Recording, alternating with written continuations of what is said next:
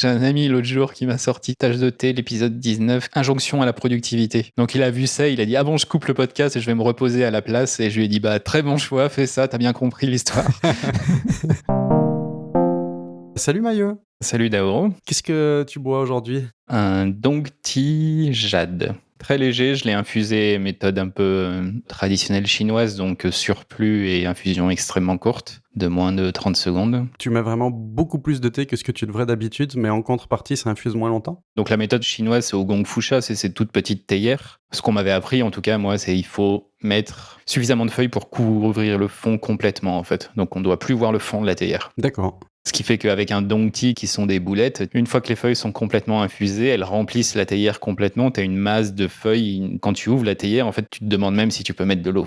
Et après, donc, tu réduis le temps et grâce à ça, ça te fait un thé qui n'est pas surinfusé, qui va tenir 5, 6, 7 infusions successives, vu que forcément, il y a tellement de feuilles qu'il peut donner pendant longtemps.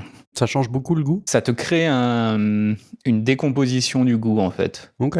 Les feuilles, elles vont avoir très peu de temps pour donner ce qu'elles ont à donner. La première infusion, c'est les notes qui partent tout de suite, tout ce qui est très facilement sorti par l'eau. La deuxième infusion, ça va être tout ce qui est un peu plus difficile à sortir, etc., etc. Et tu vas créer un peu une espèce de décomposition du goût. Au lieu d'avoir d'un coup tout ce que les feuilles te donnent, tu vas avoir le pic de notes qui sont souvent des notes très légères, un peu dans les dongti, ça va être un peu tout ce qui est vanillé, ce type de choses, tu vas l'avoir tout de suite et ça va disparaître lentement dans les infusions successives. Donc c'est une autre manière, quoi.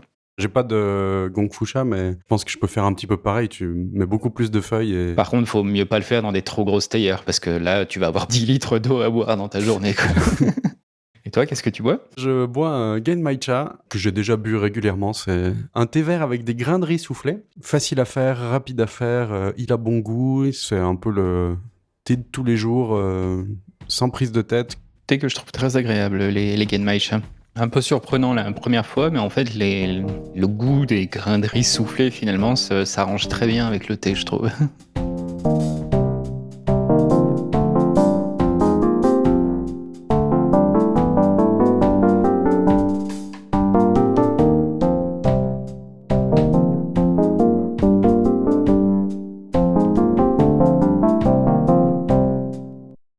Dans l'épisode précédent, on avait un peu discuté des retraites de travail et puis ensuite on est pas mal parti sur les histoires de distractions liées au téléphone. Tu avais parlé de choses à mettre en place. Est-ce que finalement tu as commencé à mettre certaines de ces choses en place liées principalement aux réseaux sociaux, il me semble, tu disais sur Réseaux sociaux et messagerie, si on fait la différence. les messageries, ouais. Alors j'ai commencé à changer des choses, désinstaller Twitter de mon téléphone, bloquer aussi l'accès aux 3 sites que j'allais vérifier régulièrement pour m'empêcher de attraper le téléphone, vérifier les sites vite fait. Non, ils sont plus là, c'est bloqué, j'ai plus Twitter là-dessus, c'est bloqué. Ça me permet aussi d'éviter de contourner des limitations que j'aurais pu mettre sur le PC. Les débuts sont un petit peu difficiles. Je vais quand même aux toilettes avec mon téléphone et je sais pas quoi faire avec. Et c'est un peu bizarre. Il va falloir maintenant que j'ai de l'espace, que je trouve comment le remplacer, d'avoir autre chose à lire que du téléphone à tourner en rond et à encourager ce comportement. Comme j'ai plus l'accès permanent à ces sites de news, j'y vais plus vraiment. Là aussi, ça me dégage du temps, l'air de rien. Parce que non seulement j'y vais plus sur le téléphone, mais j'ai plus l'envie d'y aller tout le temps. Et puis tu fais pas l'effort d'y aller sur ton ordi. J'ai justement mis en place une petite routine du matin. C'est le moment où je vais regarder les news que je veux regarder.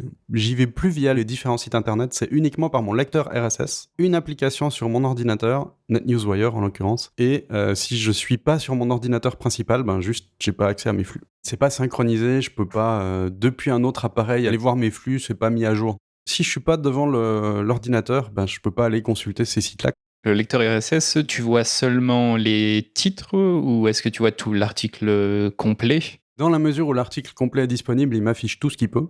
Je pourrais avoir des pages et des pages directement dans le lecteur RSS. Il y a certains sites où il n'y a qu'un extrait de l'article, ou d'autres, il y a carrément que le titre. Et là, je suis vraiment obligé d'aller sur le site. Dans le cas où on a seulement les titres, ça permet de faire un filtrage rapide. Dans le cas où il y a tout l'article, l'avantage c'est qu'on est hors du site et donc il va pas y avoir toutes les pubs, les machins. Et je trouve que ça permet un peu plus de focus sur ce qu'on lit. Pour les gens qui seraient pas du tout familiers avec cette histoire de RSS, est-ce que tu pourrais présenter ça en 2-3 mots? On peut voir ça comme une newsletter d'un site. On va recevoir les articles ou les liens vers les articles. Un flux RSS, c'est un principe similaire. On s'abonne à un site et on va collecter tous ces abonnements aux différents sites dans une seule et unique application. Par abonnement, on parle d'abonnement façon Facebook, façon Twitter, c'est-à-dire qu'on paye pas un abonnement, on suit plutôt du contenu. C'était quelque chose qui était très courant à une certaine époque. Maintenant, c'est quand même de plus en plus rare. J'ai l'impression qu'il y a de moins en moins de flux RSS. Par contre, dans les sites d'actualité, c'est encore très courant, il me semble.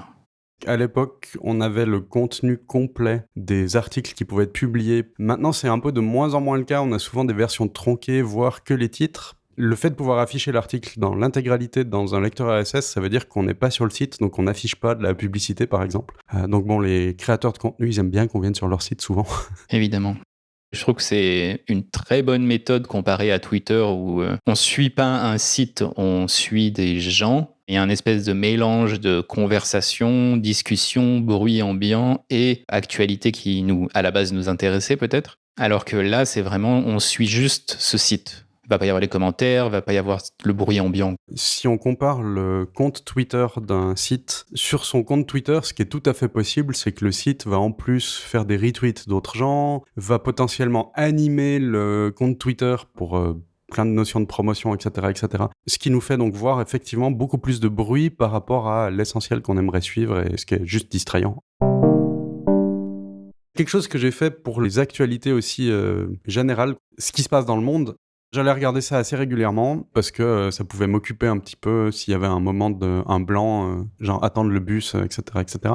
Ça s'est vraiment transformé en aller regarder ça tout le temps. Et en fait, je pense que j'ai pas besoin de savoir tout ce qui se passe dans le monde en permanence. S'il y a une catastrophe extrêmement importante qui m'affecte dans ma vie de tous les jours, je vais de toute façon y être mis au courant très rapidement. Tout le reste, Début de la pandémie du corona, un jour je suis allé manger un midi tout seul dans un resto. C'était avant même qu'il y ait les premières directives pour stopper les événements et tout le monde discutait du fait que le salon de l'auto de Genève était annulé.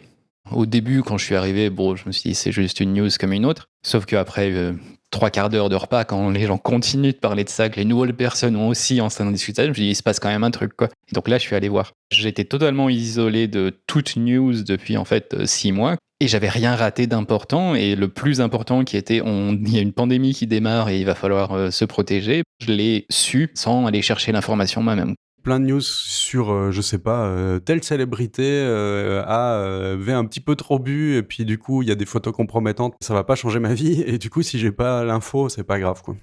Donc toi, tu vas pas du tout sur des sites d'actu pour savoir ce qui se passe dans le monde Non, pas du tout. La période 2010-2013, j'étais assez actif sur Twitter. Et après l'affaire Snowden, je me suis rendu compte que je passais beaucoup de temps à suivre beaucoup de choses politiques et que ça me déprimait complètement en fait. Après m'être rendu compte de ça, j'ai commencé à éliminer énormément de comptes que je suivais. Mon premier ménage, on va dire, vers 2015-2016, là, j'ai carrément arrêté d'utiliser Twitter, sauf pour moi, tweeter des choses. C'est un peu toujours mon usage actuel. J'y vais une fois par semaine.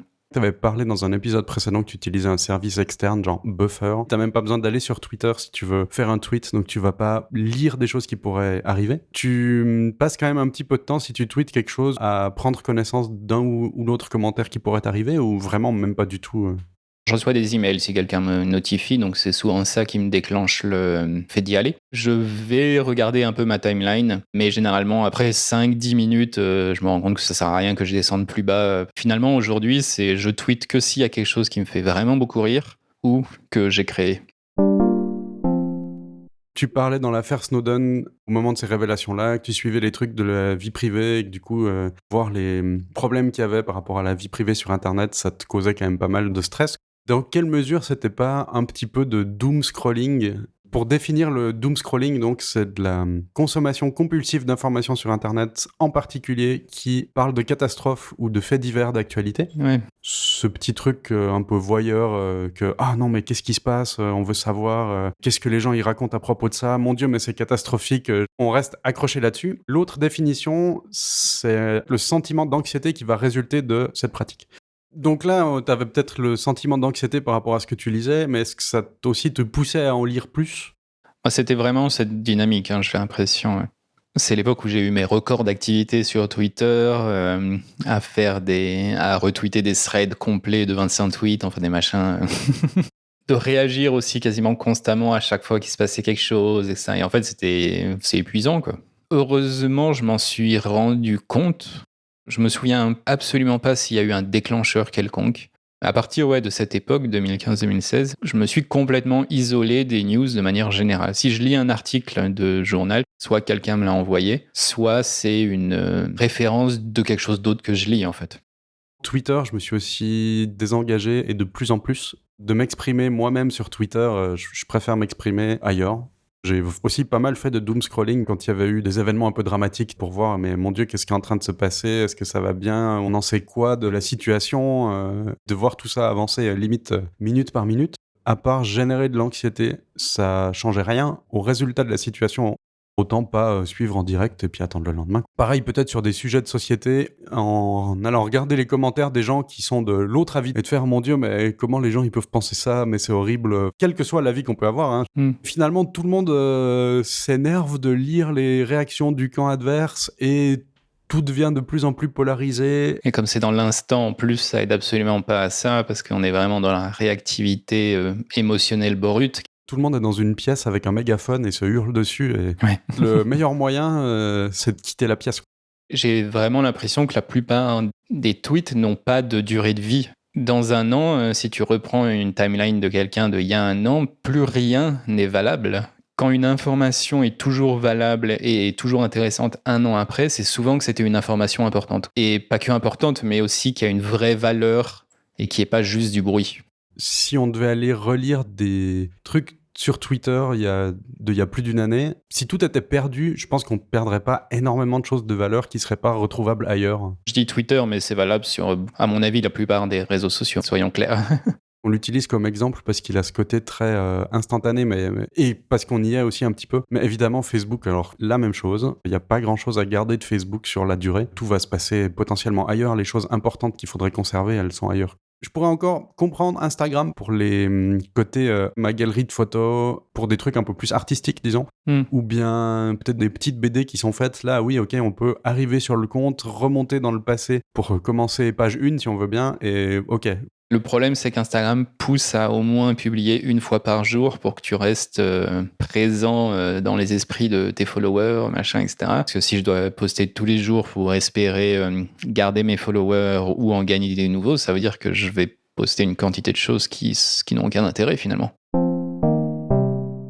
C'est vraiment tout dans l'intérêt des plateformes de favoriser le plus possible l'engagement. Plus les gens passent du temps sur la plateforme, plus ils vont pouvoir être exposés à de la publicité, plus ils vont pouvoir donner des informations au réseau sur leurs données personnelles, donc sur leurs goûts, sur leurs habitudes, pour qu'on puisse leur vendre de la publicité. Donc c'est pour ça qu'on a aussi le scroll infini, donc le défilement infini. La page n'a pas de fin, elle le charge la suite. Ça avait l'air d'être une super idée parce que on n'a pas besoin de cliquer pour passer à la page suivante. On se rend jamais compte qu'on continue, ouais. Et qu'on s'arrête pas et qu'on y passe un temps fou, quoi. 2 initiatives que j'ai trouvées un peu rigolotes par rapport à ça. Des gens qui postent sur les réseaux sociaux un point de pause. Ça peut être un post qui dit juste « c'est peut-être le moment de vous arrêter ».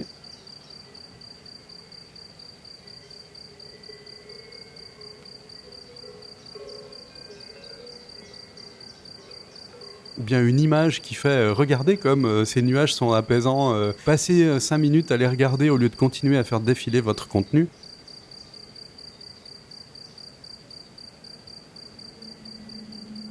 Je trouve ça assez rigolo.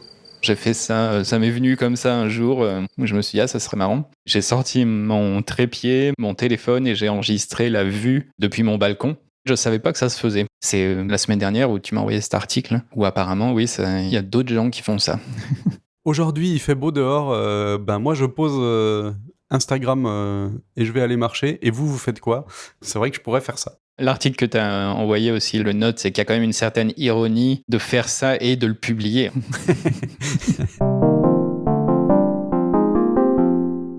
Plus intéressant aussi que d'avoir des choses qui nous forcent à faire des pauses dans le flux, c'est aussi bien de faire des pauses tout court. Il y avait une initiative là sur emptyday.today qui propose de prendre une journée en n'allant sur aucun réseau social pour essayer de réfléchir un peu à sa pratique. Le site précise pourquoi faire ça, parce qu'il y avait des liens entre l'utilisation des réseaux sociaux et l'augmentation des dépressions et de l'anxiété dans les pays de l'Ouest. Ouais. Et que du coup, de prendre des pauses complètes, donc vraiment de pas venir sur un réseau de temps en temps, ça pourrait aider à améliorer notre santé mentale, mais du coup, plutôt l'inverse, à éviter qu'elle se détériore. Plutôt ça. J'ai presque envie de pousser plus loin et carrément de dire non, mais une pause d'internet, de pas être connecté tout le temps, c'est pas mal aussi. C'est dur à faire parce que l'air de rien, regardez si on n'aurait pas un SMS. Est-ce qu'on considère ça comme internet? Cal Newport dirait oui. Lui, il considère qu'il faut des pauses où on consomme rien. Donc consommer, lui, il entend aussi tout ce qui va être simplement lire un livre, écouter de la musique. Alors il dit pas qu'il faut que toutes les pauses soient de ce type-là, mais qu'il faut en avoir et il faut que ce soit peut-être la majorité des pauses où on soit plutôt dans un mode de création. On sort quelque chose de soi. C'est la distinction qu'il fait, lui. Un message via un SMS ou discuter, ça ne compterait pas comme ce type de pause, en tout cas. Dans tout ce que tu viens de citer, sur quelle durée? Est-ce que c'est 1 heure, une journée ou une semaine? Au minimum, une journée complète, de faire ça de temps en temps, ce serait idéal. Pas des choses que j'arrive à faire régulièrement, c'est très rare, je dirais. Toi, t'es comment là-dessus? Ça t'arrive jamais? C'est en lien avec mon thème de création et repos, des pauses où je vais créer quelque chose. C'est quelque chose qui est assez régulier en ce moment. T'arrives à ne pas prendre ton téléphone le matin pour vérifier ce qui se passe? J'ai totalement éliminé le fait d'utiliser mon téléphone le matin. La première fois où je vais vraiment regarder mes notifications, c'est plus vers 1h de l'après-midi, dans ces eaux-là où je me fais un petit break café internet, d'une certaine manière. La raison principale étant que il ne faut pas prendre son téléphone la première heure après s'être réveillé parce que on entraîne son cerveau à être distrait. Si c'est la première chose qu'on fait, on va tout de suite avoir des notifications dans tous les sens. On va passer d'une chose à l'autre, etc. Et on l'entraîne à démarrer sa journée comme ça. Et c'est pas un bon plan. Dans l'épisode précédent, tu parlais que ça t'était arrivé d'oublier de sortir ton téléphone du mode avion le matin. Est-ce que t'as changé des choses par rapport à ça? À part le lundi matin où je travaille pour mon travail salarié, le reste des journées, le matin, je ne travaille pas pour ma boîte. Mais comme je suis dans une fonction de support, il faut quand même que je sois un peu disponible. Et donc j'avais ce problème où j'aimerais bien laisser le téléphone en mode avion, mais bon, il faudrait mieux pas quand même. Il y a plusieurs fois où je l'ai laissé en mode avion et puis rien de grave n'est arrivé. Mais malgré tout, c'est quand même pas génial parce que là, ça devient mon cerveau qui dit « et s'il y a un problème, et s'il y a un problème ?» Depuis le dernier épisode, j'ai un peu réfléchi à comment mettre en place ça et maintenant ce que je fais le matin, c'est que j'ai une automatisation. Quand je me lève, j'appuie sur ce bouton, je pose tout de suite le téléphone écran vers le bas en mode ne pas déranger. Il va pas me notifier. Grâce à ça, je sais que je peux être appelé. Il y a une fonction sur iOS, si quelqu'un nous appelle 2 fois de suite, à intervalles très proches, la sonnerie va quand même se déclencher. Justement dans l'idée d'avoir cette capacité à être prévenu en cas d'urgence. Et grâce à ça, en fait, j'ai pas mes notifications de messagerie dès le matin. Ça m'empêche absolument pas, moi, de prendre le téléphone et d'aller voir. Là, c'est vraiment uniquement basé sur le fait que je vais pas le faire. Pour m'aider à pas le faire, le téléphone est dans l'entrée de mon appartement, qui est pas une pièce où je vais rester assis toute la journée, et donc pas du tout une pièce où je vais avoir 5 minutes de libre et je vais prendre le téléphone et regarder. Ces 2 dernières semaines, ça marche vraiment bien. J'ai un peu moins le réflexe le matin à passer mon temps à faire autre chose. Ça m'empêche pas à le faire quand je suis sur l'ordinateur. Ça, c'est plus une question de faire en sorte que le soir, j'ai bien tous mes onglets fermés. Comme ça m'évite de repartir sur des choses. Point de vue téléphone, c'est vraiment efficace pour l'instant. Donc, c'est quelque chose que je vais garder. Je suis aussi en train de me poser la question de comment je veux gérer les notifications sur mon téléphone, mais justement, elles sont très désactivées. J'ai pas envie d'être distrait par le téléphone, donc j'ai pas envie qu'il fasse bling bling, donc j'ai plus ou moins tout coupé. Mais le problème avec ça, c'est que comme je sais que le téléphone il fait pas de bruit et que je suis difficilement joignable avec ça, quand il y a des choses importantes, pour compenser, je vais regarder moi-même. Mais du coup, je vais regarder quand potentiellement il n'y a rien. Et après, je me fais prendre au jeu de je suis en train de lire la messagerie et d'y répondre. Et si je remets en place des notifications qui sont bruyantes, tant qu'il n'y a pas de bruit, c'est que j'ai rien à aller regarder et je laisse ça dans un coin. Difficilement prédictible, ça se dit en français, prédictible? Parce que tu peux très bien dire les messages de ma mère, par exemple, ils sonnent. Mais va y avoir un jour, ou plusieurs peut-être jours, où elle va t'envoyer quelque chose comme ça par hasard qui n'est pas important sur l'instant. C'est ça, si elle veut juste me dire qu'elle est en balade à tel endroit, qu'elle a pris une photo parce que c'est joli et qu'elle me l'envoie à 10h15 le matin, ça aurait pu attendre midi, quoi. Puis il y a des gens avec qui je discute qui sont plutôt importants pour moi, donc j'aimerais éventuellement être notifié de ce qu'ils racontent, pas forcément toute la journée. C'est là où aussi le mettre dans une autre pièce est à mon avis important parce que si t'as pas de notification, comme tu dis, le réflexe ça va être il y a peut-être quelque chose, donc regardez. Et il faut vraiment qu'il soit en plus physiquement loin. Mais si je mets les notifications pour le mettre dans une autre pièce, quand il y a du bruit, je vais me lever pour les regarder, je pense. Moi je l'aimais pas du coup, c'est ça le... Ah, ok. Mon téléphone il est déjà en mode silencieux H24, il a pas le droit de sortir du mode silencieux. Si on t'appelle, normalement c'est le mode silencieux, il n'y aura pas de bruit. Il faut séparer le mode silencieux et le mode ne pas déranger. On parle d'iPhone. Le mode silencieux, c'est le petit bouton physique à côté du volume. En gros, c'est activer le vibreur. Il me semble que ça s'appelle le mode silencieux parce qu'en plus de ça, ça fait en sorte que les applications ne déclenchent pas de son, sauf si c'est le but unique de l'application, type Spotify. Si j'appuie sur lecture, même mode silencieux et sans écouteur, le son va sortir. Toutes les autres apps vont être bloquées. Ensuite, il y a le mode ne pas déranger. Là, par contre, le téléphone ne vibre plus sur aucune notification, sauf alarme et timer, parce que les timers, c'est quelque chose que tu mets volontairement à un moment donné, et les alarmes, parce que c'est quand même un peu important. C'est uniquement valable pour les applications officielles Apple, évidemment. Une application de timer non Apple n'aura pas le droit de le faire. Le matin, moi, ce que je fais, c'est que mon téléphone passe carrément en mode ne pas déranger. J'ai ni vibration en cas d'appel, ni en cas de message, rien du tout, sauf urgence, double appel, tout ça. Et l'après-midi, généralement, je vais sortir du mode ne pas déranger. Souvent, je vais le remettre en place assez rapidement parce que quelqu'un va m'envoyer des messages sur Signal et je suis en train de me concentrer et j'ai vraiment pas envie d'avoir un bruit vibreur régulièrement, donc en fait, je vais le réactiver. Moi, je ne suis pas joignable, globalement. Je m'en suis rendu compte maintenant que je le fais vraiment. J'ai été très résistant à le faire pendant longtemps. Il ne faut pas avoir le téléphone dans la pièce. Apparemment, il y aurait eu des essais en psychologie. On donnait des tâches à des personnes et on leur disait de mettre leur téléphone avec eux dans la pièce ou on leur disait de le laisser à l'extérieur. Je ne sais pas si ça a été répliqué, donc toujours avec la science, il faut avoir des pincettes. Mais il y aurait en tout cas une vraie différence de capacité de concentration, même si le téléphone est en mode avion dans la même pièce. Même si tu sais que tu n'as rien, le téléphone est dans la pièce et ça te détruit ton cerveau. Parce que tu vas jeter un œil dessus et te faire mais en fait, non, c'est vrai qu'il est en mode avion. À un moment donné, ce que je faisais, c'est qu'il était dans la même pièce, sauf qu'il était derrière moi. Je l'avais pas sous les yeux. Et rien que ça, j'avais noté un changement. Mais dans une autre pièce, je pense que c'est mieux. C'est peut-être du coup ce qu'il faut que je fasse. Essaye ça vraiment. Dans une autre pièce, connecté à tout, mais sans vibration, sans son. La seule chose, c'est qu'il faut prévenir les gens qui vont potentiellement t'envoyer des choses très importantes. 2 appels successifs, donc faire sonner 1 ou 2 fois, raccrocher, tout de suite réappeler, et là, cet appel-là, il passe. C'est ce que je vais essayer. L'autre truc, ça va être un peu pareil vis-à-vis des messageries et ce genre de choses-là, de me faire des plages dans la journée. De manière décomplexée, t'as le droit d'y aller, mais le reste du temps, non. Ce que je fais, c'est que je vais prendre des pauses où je vais aller sur le téléphone. Et comme là, le téléphone est dans une autre pièce, ça va être une pause qui est moins automatique. Ça va plutôt être, bon là, ça fait 1 heure que je bosse, je suis un peu bloqué, je vais me faire une pause, je vais aller me refaire du thé et puis regarder très vite fait mon téléphone. Mais je vais pas faire ça à chaque pause. Jusqu'à il y a 1 ou 2 mois, à chaque fois que je me levais de mon bureau, je prenais mon téléphone et je regardais quelque chose. Maintenant, je le fais moins et en fait, j'ai atteint un point où j'en ai eu marre. Tout simplement. Je sais pas quel a été mon déclencheur qui a fait que j'ai arrêté Twitter. Je sais pas quel a été mon déclencheur là tout de suite qui fait ça. Mais en ce moment, c'est juste que j'en ai marre. Et je suis pas sûr de savoir d'où ça vient. On rejoint encore des discussions précédentes, mais il y a un travail qui est régulier où c'est quelque chose auquel on réfléchit quand même. On a tout un podcast autour de ça finalement.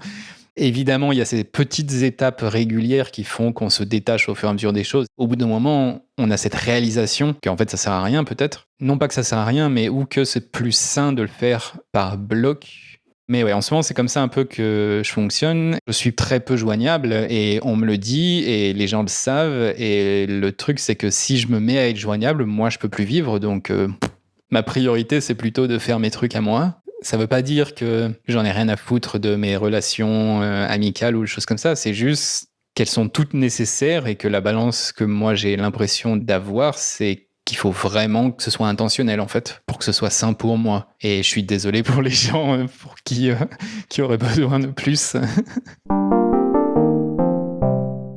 Ce Ce que je propose pour terminer l'épisode, c'est qu'on va pas faire un épisode absolument sans fin, avec des avant-premières pour l'épisode suivant, de qu'est-ce qui va se passer dans l'épisode suivant. Non, cet épisode est terminé. Ça me va. Éteignez votre ordinateur, éteignez votre application de podcast. Il y aura un prochain épisode une fois. Abonnez-vous à notre flux RSS.